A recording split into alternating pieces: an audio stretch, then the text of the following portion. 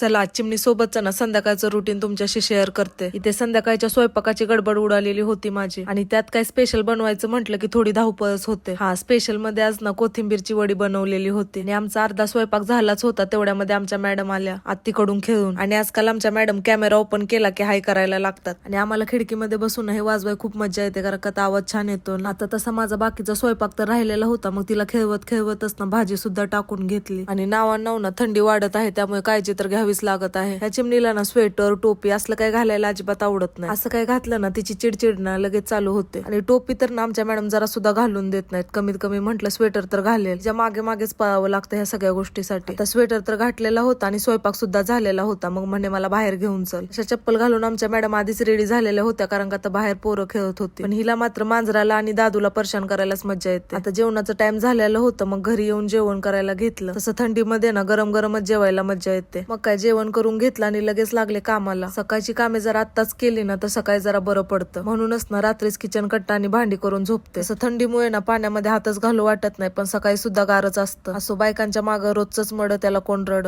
इकडचं तिकडं झालं तरी चालेल पण बायकांच्या मागची कामे काही संपणार नाही. मी मात्र माझी सगळी कामे उरकून ना चिवताई सोबत अभ्यास करत बसले होते. आजकाल आम्हाला ना चित्र बघायला खूप जास्त आवडतं. अभ्यास करून आमच्या मॅडम लगेच झोपी सुद्धा गेल्या. तशी आज ना चिमणी लवकरच झोपी गेली होती कारण का सकाळी लवकर उठली होती आणि दुपारी सुद्धा ती जास्त वेळ काय झोपत नाही. तिला झोपी घालून ना मी माझं स्किन केअर करायला चालू केलं. जास्त काय नाही सध्या मी घरीच बनवलेलं ना सिरम युज करते. एवढ्या सगळ्या धावपळीमधून सुद्धा ना स्वतःसाठी थोडासा वेळ काढायचा प्रयत्न करत असते.